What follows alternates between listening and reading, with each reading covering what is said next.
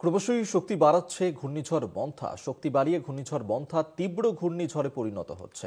মঙ্গলবার সন্ধ্যায় বা রাতে অন্ধ্রপ্রদেশে ল্যান্ডফল হবে। মছলিপত্তনম থেকে কলিঙ্গপত্তনমের মধ্যেখানে ল্যান্ডফল হতে পারে মন্থার। ল্যান্ডফলের সময় গতিবেগ হবে সর্বোচ্চ 110 কিলোমিটার। দক্ষিণবঙ্গে ভারী বৃষ্টির সতর্কতা।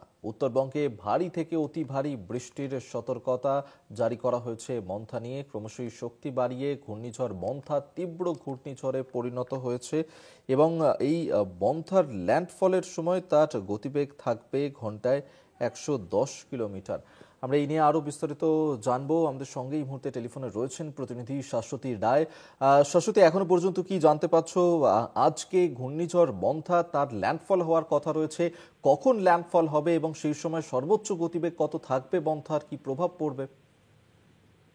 দেখো, শক্তি বাড়িয়ে এই ঘূর্ণিঝড় কিন্তু সাইক্লোনিক স্টর্ম, সিভিয়ার সাইক্লোনিক স্টর্মে রূপান্তরিত হবে এবং মঙ্গলবার সন্ধ্যায় আজকেই কিন্তু সেই সাইক্লোনিক স্টর্ম অন্ধ্রপ্রদেশের কাকিনাড়া অঞ্চলে আছড়ে পড়তে চলেছে এবং সেই সময় তার সর্বোচ্চ গতিবেগ থাকতে পারে প্রায় 110 কিলোমিটার প্রতি ঘন্টায়। মৎস্যজীবীদের জন্য ইতিমধ্যে সমুদ্রে নিষেধাজ্ঞা জারি করা হয়েছে, কারণ অন্ধ্রপ্রদেশ উপকূল এবং তামিলনাড়ু উপকূলের ওপরে সব থেকে বেশি প্রভাব পড়তে পারে। তবে এটি আছড়ে পড়ার পর এর অভিমুখ থাকবে ক্রমশ উত্তর উত্তর পশ্চিম দিকে। তাই এই ঘূর্ণিঝড়ের প্রভাব কিন্তু অন্যান্য রাজ্যের ওপর পড়বে। সেক্ষেত্রে ইতিমধ্যেই দক্ষিণবঙ্গে ভারী বৃষ্টির সতর্কতা জারি করা হয়েছে। বিশেষত উপকূলের জেলাগুলি দিয়ে ভারী বৃষ্টি হতে পারে, যেমন 24 পরগনা, মেদিনীপুর, ঝাড়গ্রাম, পুরুলিয়া, পূর্ব পশ্চিম বর্ধমান, বীরভূম, মুর্শিদাবাদ এই জেলাগুলির ক্ষেত্রে।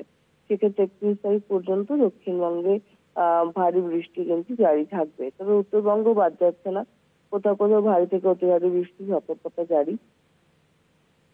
মালদা, দুই দিনাজপুর এই জায়গাগুলির ক্ষেত্রে সতর্কতা জারি করা হয়েছে।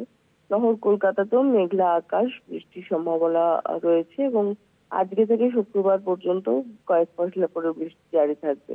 আহ বজ্রবিদ্যুৎ সহ হালকা মাঝারি বৃষ্টি, সঙ্গে দমকা ঝোড়ো হাওয়া পাওয়ার সম্ভাবনার কথা জানাচ্ছে হাওয়া। ধন্যবাদ শাশ্বতী তোমাকে। শাশ্বতী রায় আমাদের সঙ্গে টেলিফোনে ছিলেন প্রতিনিধি।